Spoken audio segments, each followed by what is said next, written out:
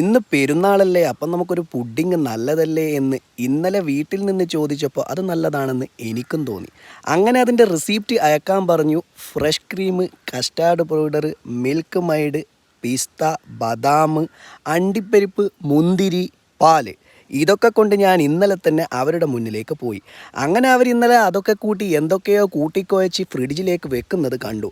ഇന്ന് നോക്കുമ്പോൾ ഇതാ ഇത്രയും ഭംഗിയുള്ള അറേബ്യൻ ബ്രെഡ് പുഡിങ് റെഡി.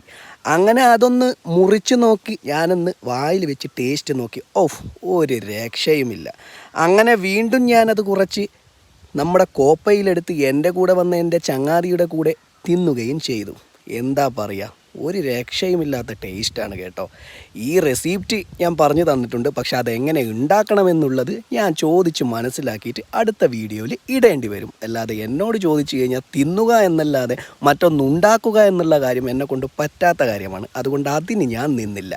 അപ്പം വീണ്ടും ഇതുപോലെയുള്ള പുഡിങ്ങോ മറ്റെന്തേലും ഭക്ഷണ പദാർത്ഥമോ അല്ലെങ്കിൽ പ്രകൃതി രമണീയമായ എന്തെങ്കിലും കൊണ്ട് ഞാൻ വീണ്ടും വരുന്നതായിരിക്കും. അതുവരെ ഓക്കെ, ബൈ.